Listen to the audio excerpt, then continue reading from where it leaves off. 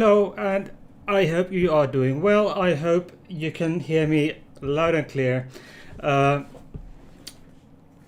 because and I apologize for Monday. I had huge issues with the audio. I made a I when I record my stuff, I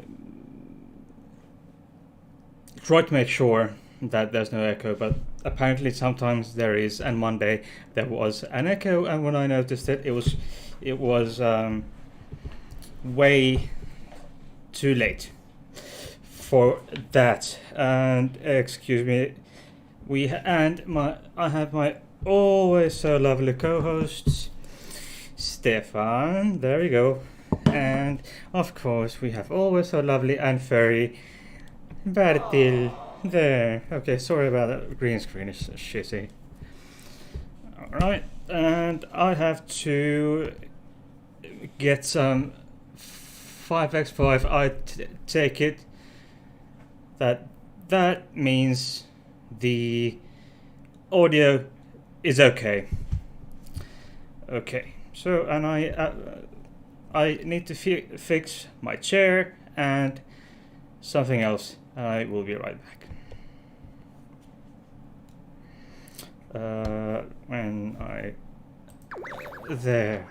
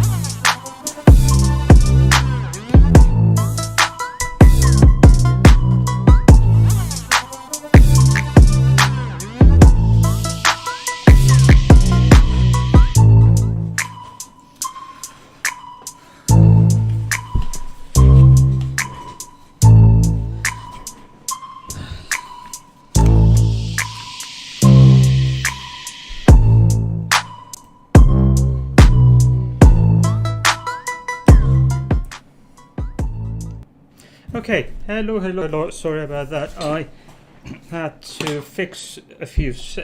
One or two settings to tweak regarding the always lovely chat box.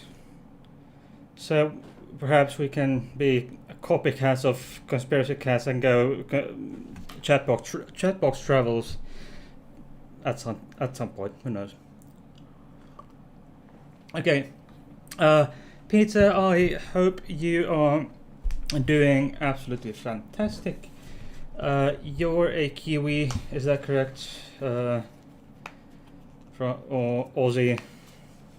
I remember it's typically very early for you. Early out of the morning for you when I stream. Okay, I hope you are doing absolutely fantastic today. Aussie, okay. Wonderful. Okay, today is the I intend to have the sort of final say, or shall we say, on the brief history of trans. It's not always that easy to perhaps track down all that you that I would have wanted, but I got everything that I needed. So, okay. So, yes, 6 a.m. for you, Pizza. That is quite early. It is just 8 past 11 p.m. for me here in Finland. And sorry for the interruptions with the excuse me. Which direction is it? Here, the chat box. So sorry. There's been a bit issue. I've had issues with it. Okay, so, but hopefully not so much at later points in time. Anyway, oops. Anyway, first we got to around maybe the World War II time last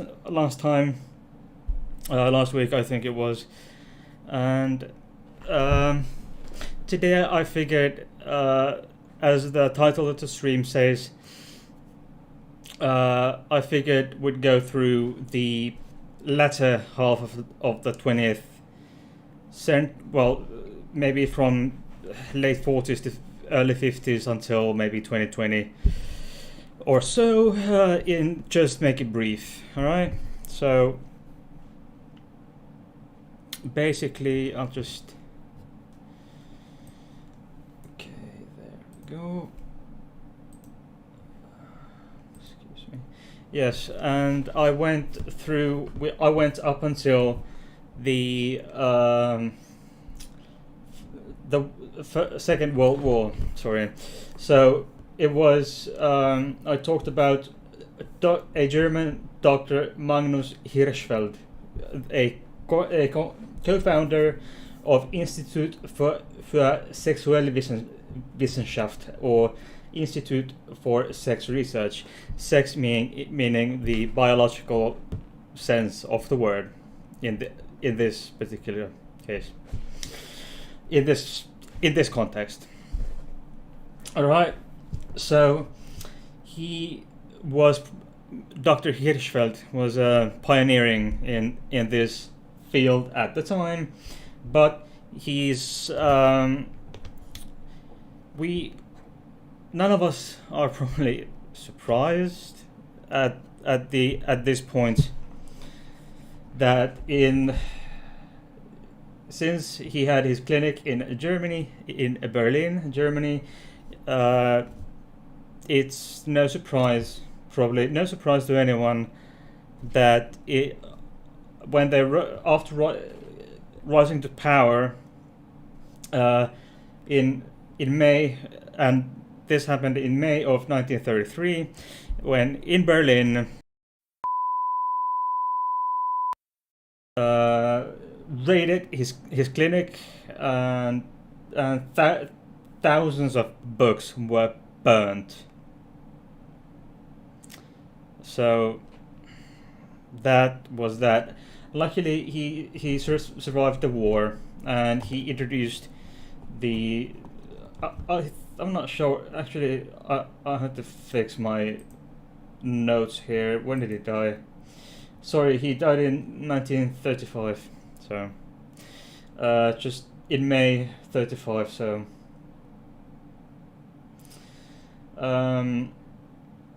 but he was a great man. He was the pioneer of and the first real advocate for gay and trans rights in early 20th century, and spent a good chunk of his career helping and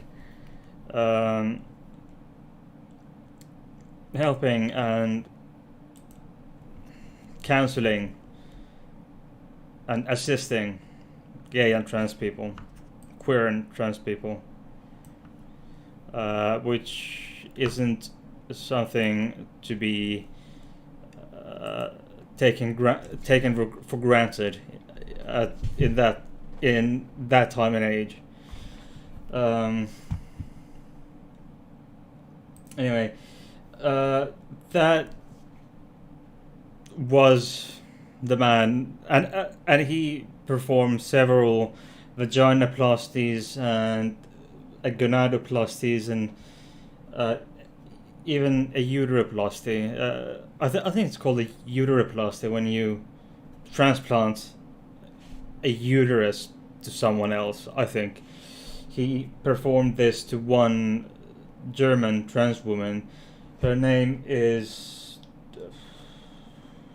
Dora Richter. Yes. And that would have been also in Berlin before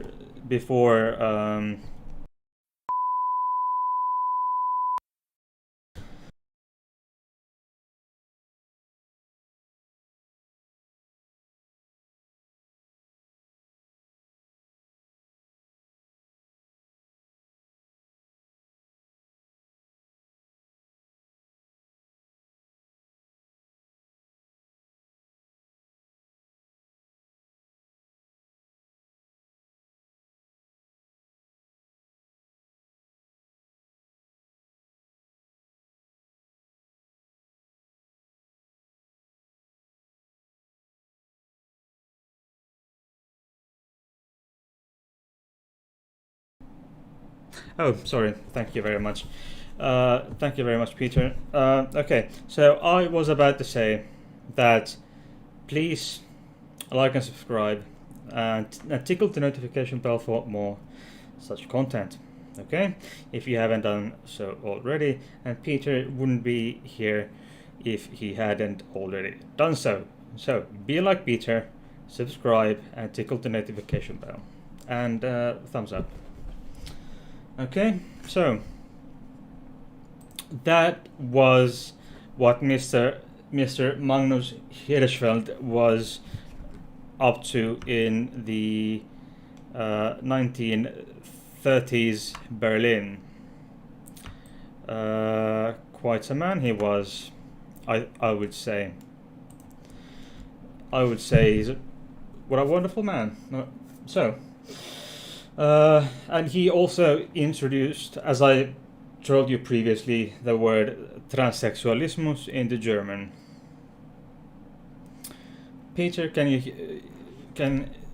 hear me? Can you see me? Okay, I certainly hope so. Okay, and this then will get to the post Second World War pandemonium, really, when it comes to the issues or the rights, or rather the lack thereof, of trans people. Thumbs up? Okay.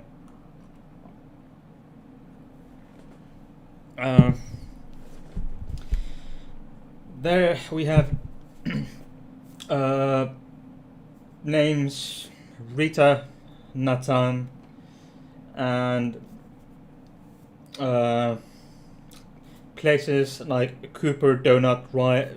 There was a riot in a Cooper Donut cafe in LA, US, and trans women, transgender and lesbian women, cis lesbian women, trans drag queens, gay men, etc. And mind you, this would have been a decade before the legendary Stonewall uprisings, which were, mind you, again, people often forget who. I mean, the Stonewall uprisings were, yes, they were in many ways aggravated by the legislators and the police, the NYPD, who has been, and by the way, NYPD has been banned from the New York Pride Parade until 2025. I made a video about that, but it's probably the worst performing video on my entire channel. I just cannot understand why. But after you watch this, please go check it out. It's really interesting. Okay. And we got physician called Harry Benjamin introducing the word transsexual, which would come from the English word transsexuality and German transsexualismus. That would have been in medicine, context of medicine, about an individual. And it's not just the word, but the actual usage of transsexual or transsexuality came more publicly, as I understand it, in English language in early 50s, for example, through the introduction from a physician, a sexologist, Englishman named David Oliver Caldwell. He then introduced this term, trans-sexual, not one word, transsexual, and which then was based on based on the German-based word transsexualism and transsexuality, which came from the transsexualismus, then introduced by Dr. Hirschfeld. All right, so in the 50s, especially the Americas and the United States, in more particular, started seeing these, and certain other countries as well around the world, like Israel, with Rina Natan becoming the first transsexual woman in Israel when she was allowed to go sex reassignment surgery on her own will in the 50s, and Christine Jorgensen, she was highly publicized. She went to as her last name would indicate, she as most likely has roots in Denmark. Jørgensen, which would be a Danish name. She went to, if she couldn't do it in the US, she went to Denmark, where she then was allowed to, after a barrage of paperwork, was allowed to transition or do her surgeries, etc. in Denmark, at least in several bits. She lived there, and her husband of sorts, he was there. They've been back and forth, and it was I've seen some of the articles. It's quite horrendous. The ways they even wrote the headlines. Okay. And then a date around the same time, early 50s, as Christine Jørgensen went to Denmark, a Danish endocrinologist Christian Hamburger. Yes, someone's last name was Hamburger. Yeah, so published a report on hormone therapy on trans women, and these in his report there were effective pharmaceuticals on female sex hormone medications, which would have been estrogen, etc., which would have been available for cis women for a few decades now. At that point, I think early 20s, 1910. After World War One, they started getting this hormonal, very primitive hormonal treatments for cis women, and the Cooper Donut riots. I haven't really. It's read into it, but too much. But based on what I do know, and what I was able to easily attain, is that it's very similar to the Stonewall riots. But it wasn't until 1969, June 28th, the early hours of the morning, riots sparked from spontaneous riots and demonstrations by the LGBTQ community in early morning hours of June 28th in 1969 in Stonewall in Greenwich Village, New York. I have two live streams about, at least two live streams. I think two at least, but and then you can go. It's all kinds of good shizzle, and it's I have wonderful Susan Brewer as a guest on one of them. Go Susan. Yeah. Anyway, why do I have... I'll be right back.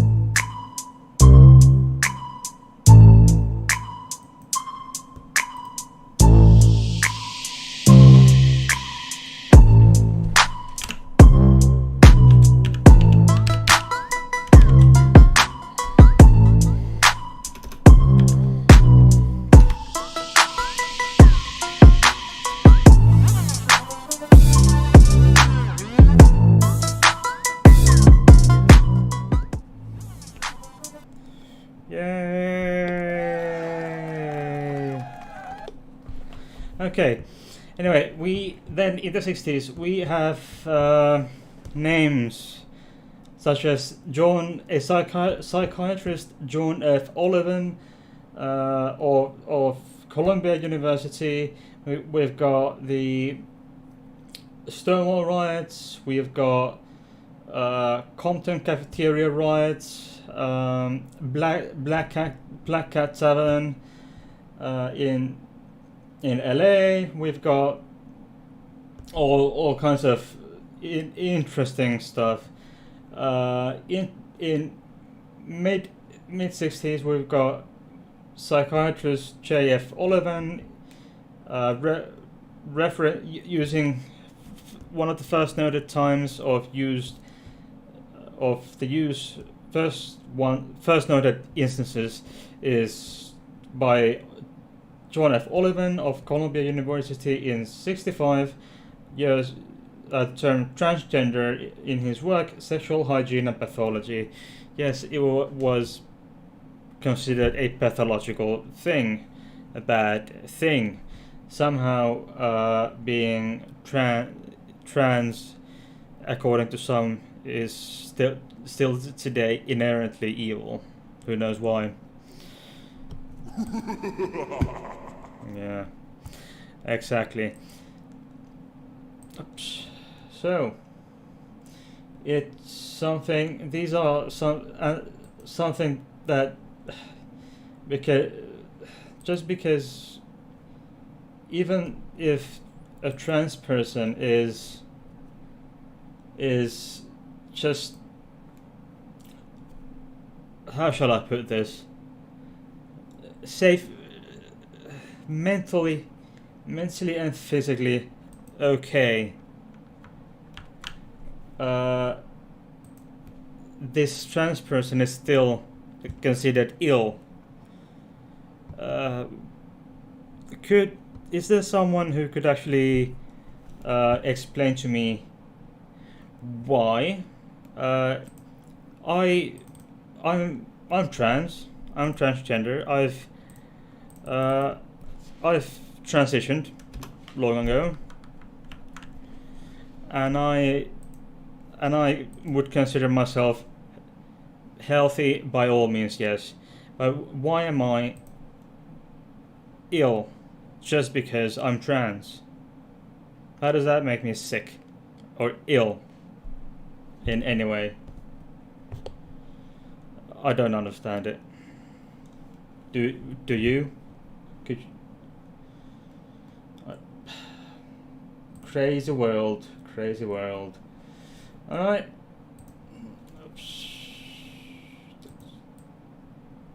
Okay. And we've got, I mentioned the Compton cafeteria riots in August '66 by trans women and Vanguard members in San Francisco.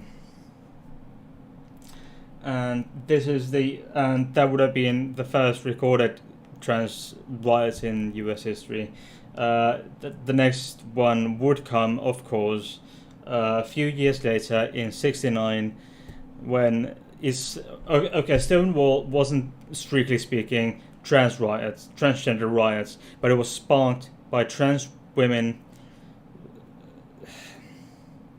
sex workers who were trans women of color, who are still the most oppressed, I think, one of the most oppressed demographics in Western world. They started the Stonewall riots, and now people like me have the privilege of, and any of you, my darling viewers, of having the Pride event to go to. So think about that. Things don't always go as you would expect them to. But what else would you expect when it's queer people you're talking about?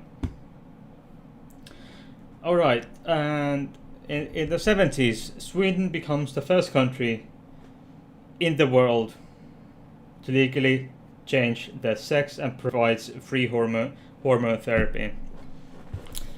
As I go, I will go on, and just a quiz for you. Please do not Google when did Sweden become the first country to allow transgender people to legally change their sex and provide free hormone therapy for gender reassignment. Don't Google it. Just throw it in the chat. and see how far off you are. Okay, and as we go towards the mid 70s, I can tell you now, you can already figure out that it's early 70s when Sweden did what they did. We have Marcia Torres, Angela Morley,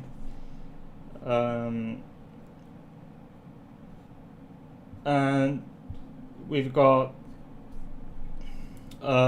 Jan Morris, for example. Chile allows trans woman Marcia Torres to legally change her name and birth certificate and etc. etc.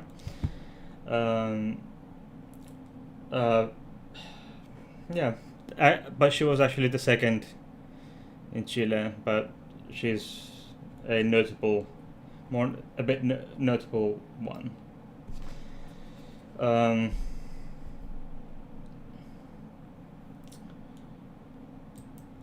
Okay, and we've got the city of Minneapolis, and then we've got the rainbow flag. It was actually more colors than we see today. I think we see 6 colors now, and there were originally 8 colors. That's the rainbow flag we see all around today. That was in 78, and we've got the Human Rights Campaign Fund in the 80s. We've got France prohibiting discrimination based on lifestyle. Moeurs, Moeurs,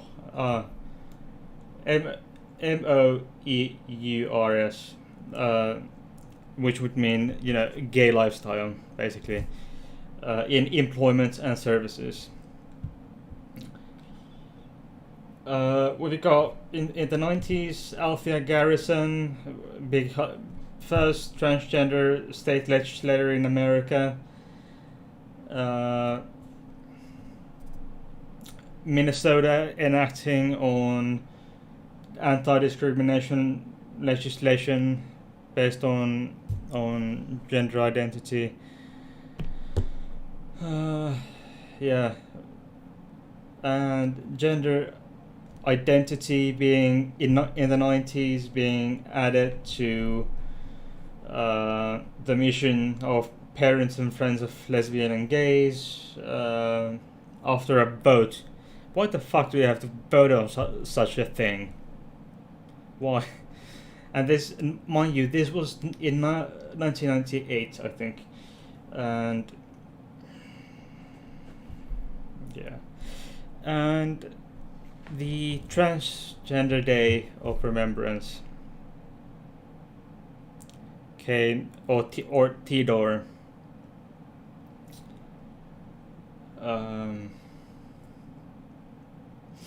It's an event that has been held every year since 1999 on November 20th. To memorial, and first time it was initially in 1999. It was to commemorate the murder of Frida Hester, a trans woman.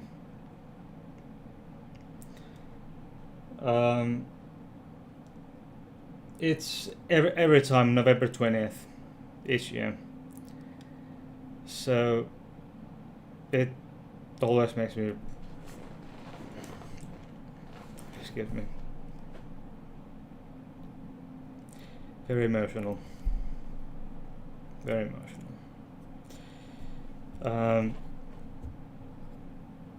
I have a live stream. I made November 20th last year. I read the list. It's to commemorate those who have lost their lives due to transphobia. Last year there were 350 names, including one, the very first, from Finland. Last year in 2020 we had the first transphobic homicide in Finland ever, and it hurt the entire community very deeply. People were scared to go outside, which is rare in Finland, unless you live in a tough neighborhood. But we don't have that much of those in Finland. It's in places you can leave your doors unlocked, no one goes in, and it's under super ghostic. It's okay, don't worry, mate. Anyway, the Transgender Day of Remembrance. Put that in your calendar. I will be making a live stream on that day. I will read the names of each and every single one of the trans and non-binary people who have lost their lives due to transphobia. It was tough reading the 350 names last year. There were and now I'll tell you, it was in 1972 that Sweden became the first country to allow transgender people to change their sex and provide free hormonal treatment. And it was the last year, it was the T-door list was the longest ever. It's been around the same length or longer than always the previous year. And those are just the reported cases. Why don't you take a guess how old the two youngest on the T-door list were? The T-door list is a Transgender Day of Remembrance list. 350 people who were killed just simply because they were trans or non-binary. Guess, Peter, and 18? No, 14. Let that sink in. Let that sink in, mate. 2 14-year-olds and 1 17-year-old.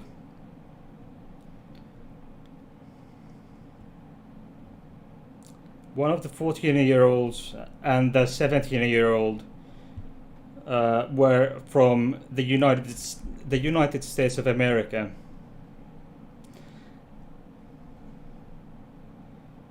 Super Ghost Hook, you tell me. You tell me, mate.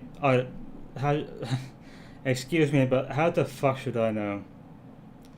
Those three teenagers two were from the US, 1 14-year-old and 1 17-year-old, and then the other 14-year-old was from, I think, from Central or South America.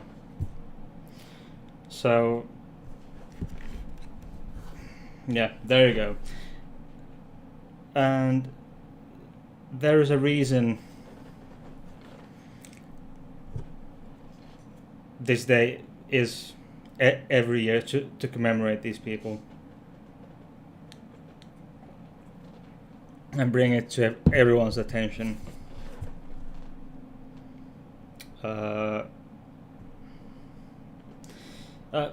Look, Super Ghost Hook. These teenagers, when they were alive, they lived in an environment that was toxic to them, and they expressed their gender in a way that wasn't acceptable in that harsh environment. All right, so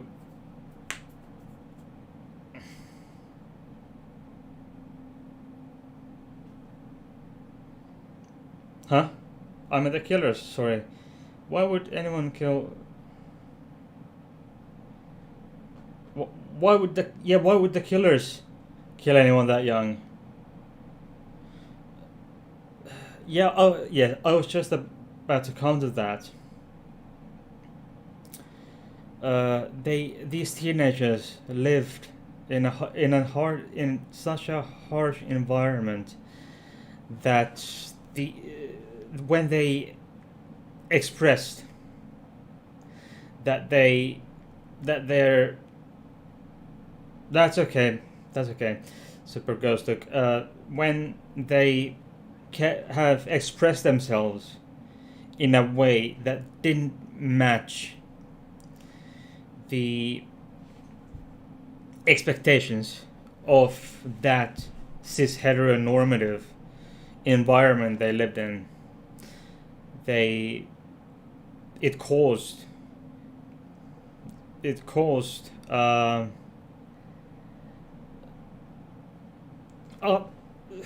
in many environments, the first solution is violence. If you find out someone's gay, you smack them. Someone's otherwise queer in some other way, smack them. You know. So yeah, because in many environments they don't have any other way to express their or spew out their anger. You know? Do you get it? Did I even answer your question in any way? I hope I did. Anyway, then we are into the 2000s.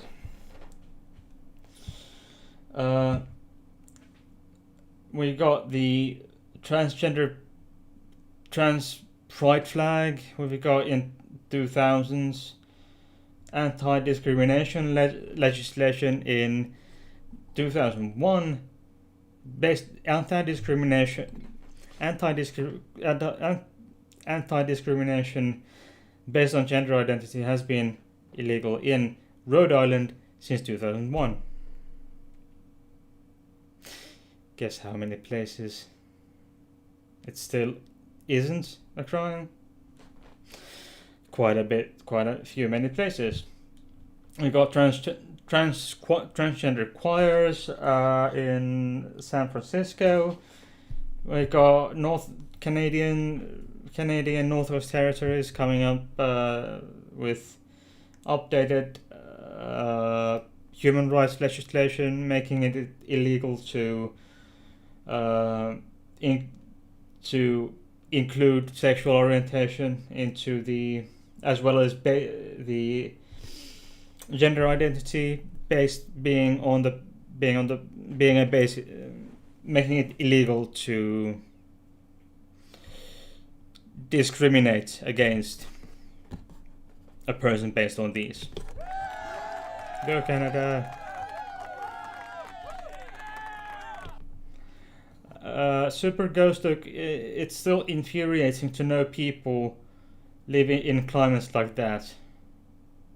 Yes, especially young people, minors, kids of the age of 14, 15, 17. For fuck's sake, mate.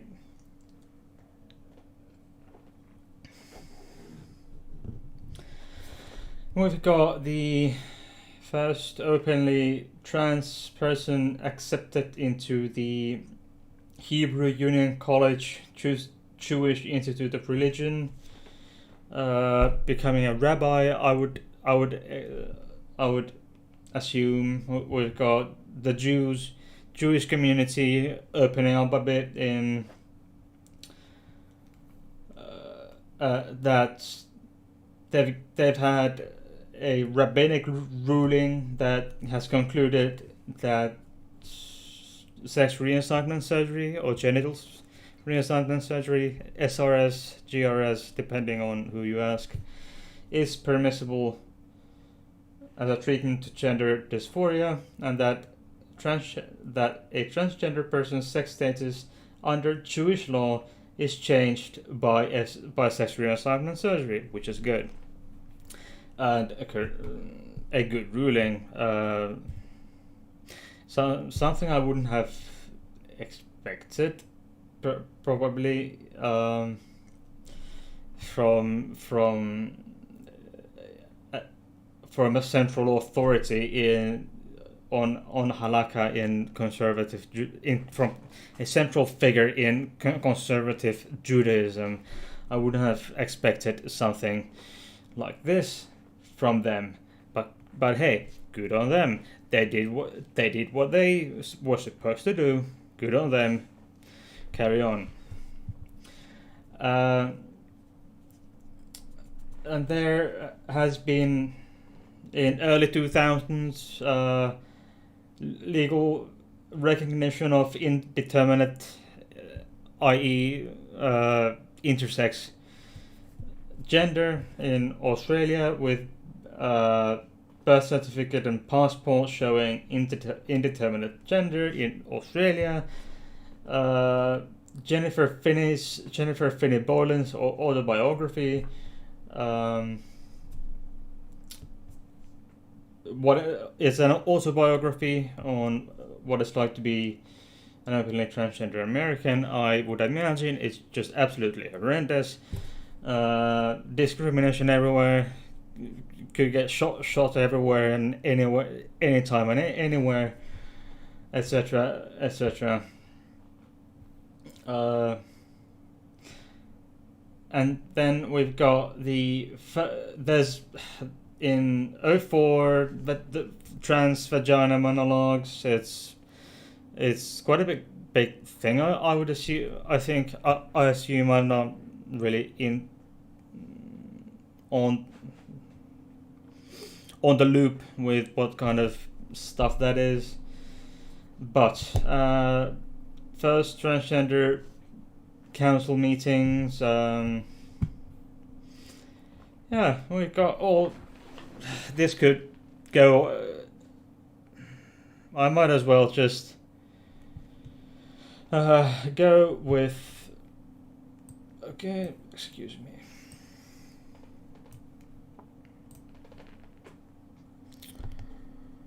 I would probably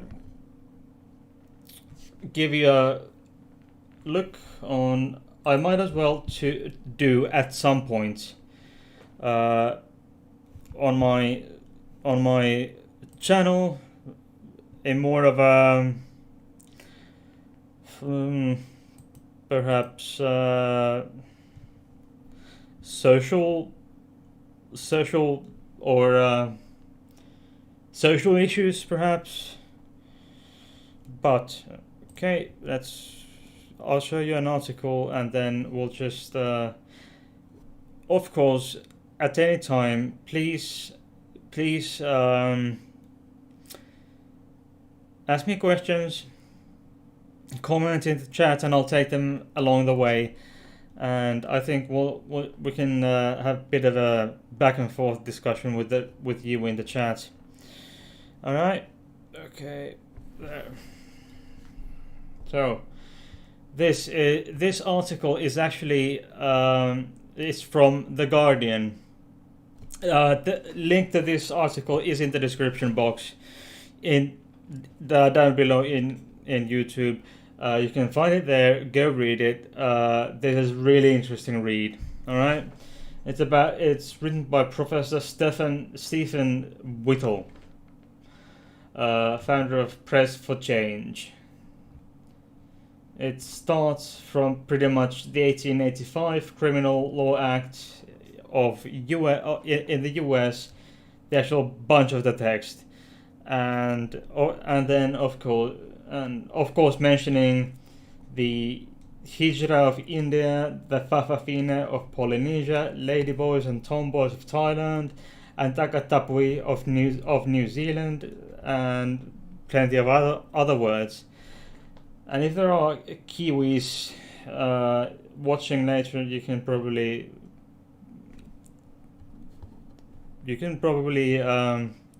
murder me on or anyone from these cultures from Polynesia or New Zealand, etc. On the pronunciation of those words. And of course, we have the mention of Oscar Wilde, which I was then wrongfully convicted based on this law. This 1885 Criminal Law Act of the United Kingdom.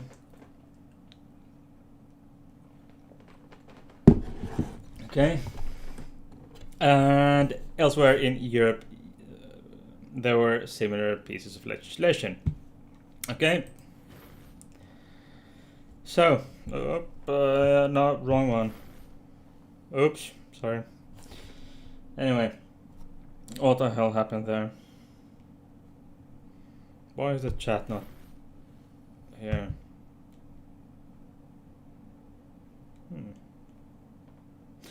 Interesting.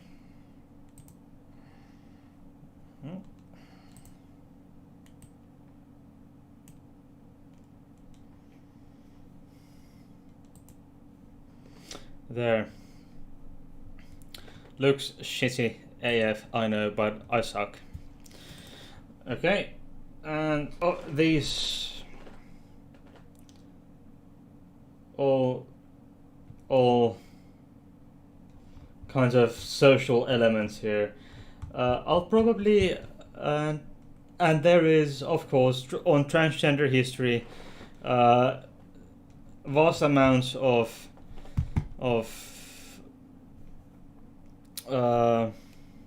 different kinds of studies you can find on Google Scholar, just transgender history or just transgender. You can find plenty of studies, and for those who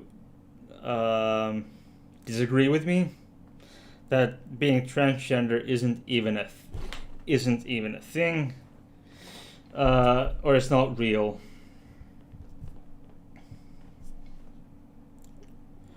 you can go and go and look at these studies. Minnesota Medicine, TaylorFrancis.com, books, American Journal of Public Health, etc., etc.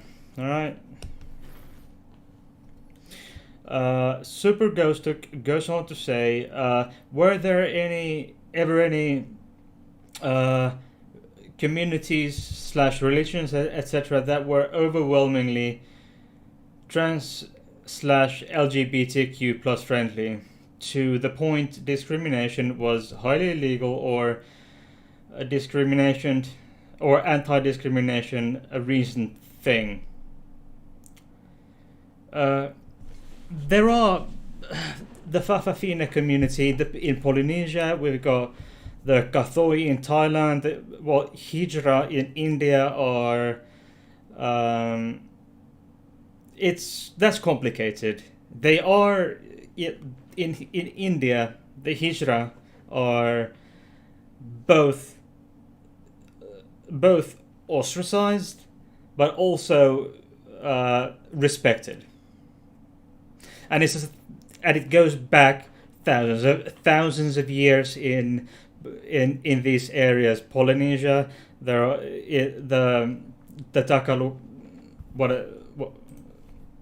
and the Takatapui in New Zealand, Fa'afafine, Takatapui, New Zealand, Fa'afafine, Polynesia, and then the Ladyboy slash Kathoi. Kathoi would equate roughly to a trans feminine in Thailand, and there are of course the Native Americans.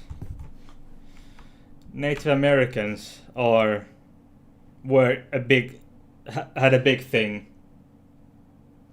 The ancient Romans, the Greeks, and basically the entire pre-Columbian Americas. The entire pre-Columbian Americas were tolerant. All regions had different types of third gender or gender neutrals or eunuchs or something of the sort. From the Inuits in the Arctic to all the way to South America.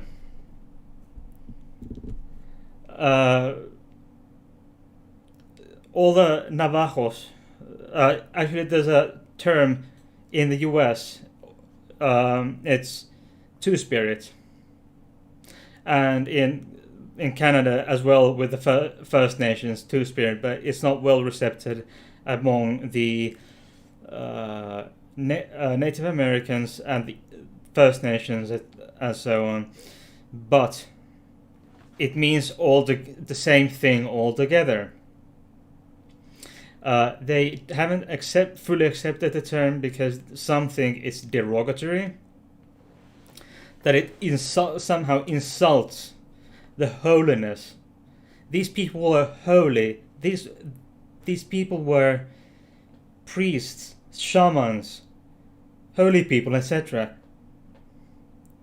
And then the Europeans came and desecrated all of this.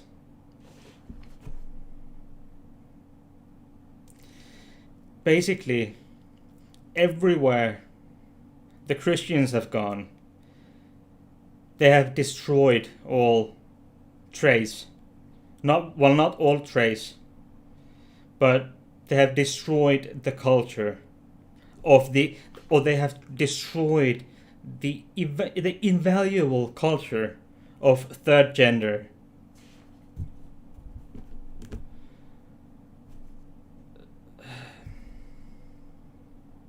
Yeah, and it's not it's the religion comes into picture again. Once again, religion comes into picture. The Middle Eastern three have, especially Christianity, has destroyed these cultures around the world. Wherever they go, wherever the missionaries go, these traditions and holy people are struck down. Why? Genesis 1:1 and 1:2. Genesis 1 and 2, basically. If you look at Genesis 1 and 2, there you go. That's why. But this is not about religion, this channel. Anyway, but you just, Super Ghost, you asked, where are these people? They're all over. It's still a part of the cultures, even in modern days in Polynesia, India, Thailand, everywhere.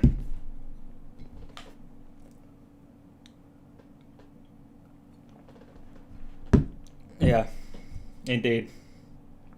It goes. Yeah, it does. Yes.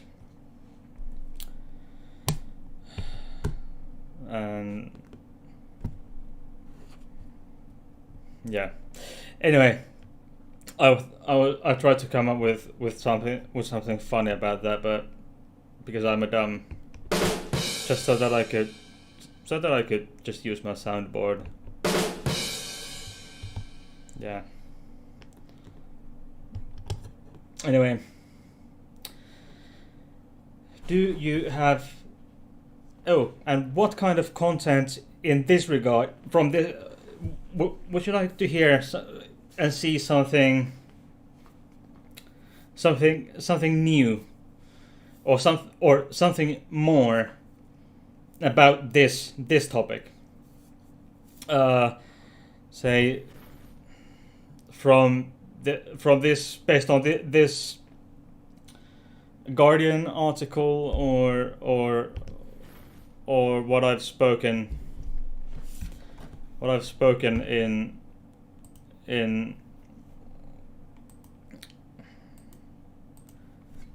today. Would you like? Is there any? Of course you can. Of course later on you can. Of course you can then.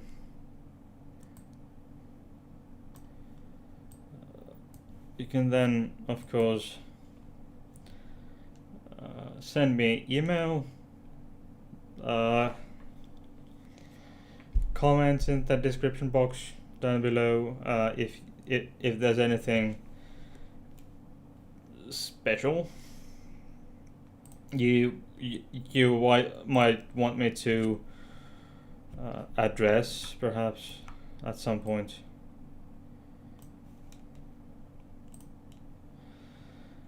Yeah, all right. If there's nothing much else to go, Super Ghost took. Haven't there been that many prominent people that protected or stood up for trans that weren't trans? Yes, I think yes, there has been. For example, if we go 100 years back, there was Mr. Magnus Hirschfeld. He did all of this, and he didn't even have a kink. He didn't even have a kink. He didn't have. He didn't have any sympathies.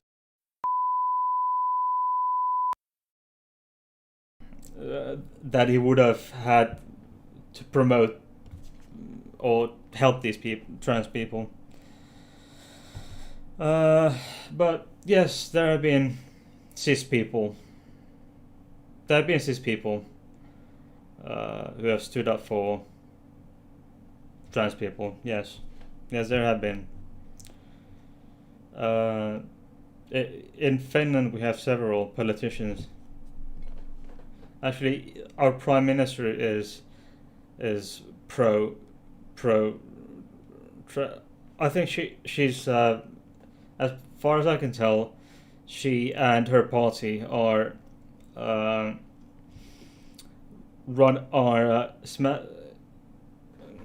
trying to go forward or push forward the updates to current trans legislation.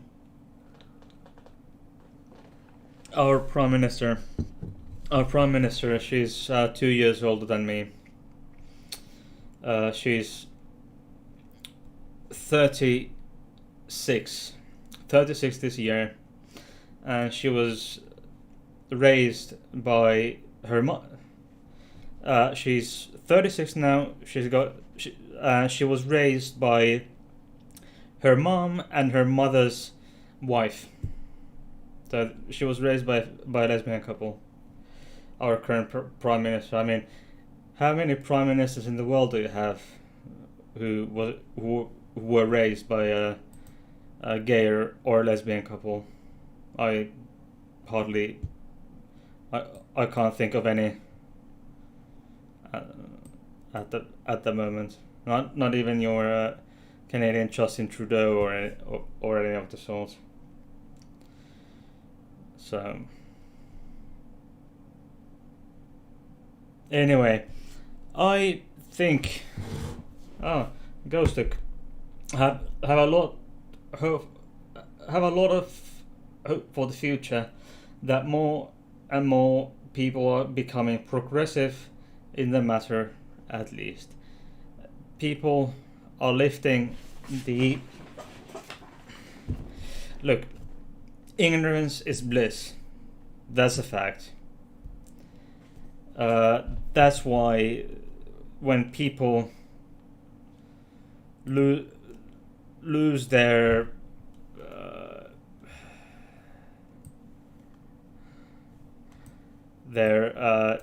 issue with, or they when they lose their ignorance, they start becoming more tolerant. All right. Well enough. It's been going on for. Ignorance is bliss, but willful ignorance is an asshole. That exactly. That I wouldn't have said it better.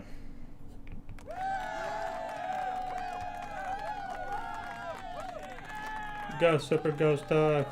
Okay. I'm getting a little too excited. Yeah, I think it's my time to go and love you and leave you.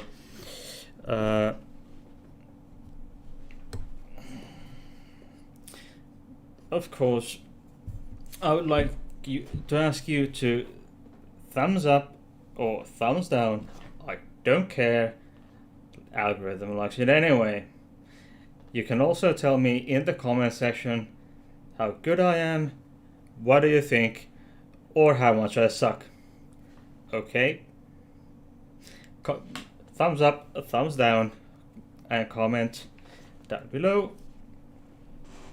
Thank you for being you. Thank you for being you, Mr. Ghost Duck.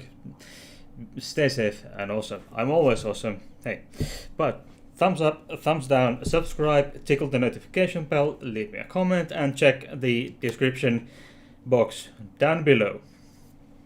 Say, okay, here we have leave it, my co-host Stefan there. Okay, and then we have say bye to Bertil.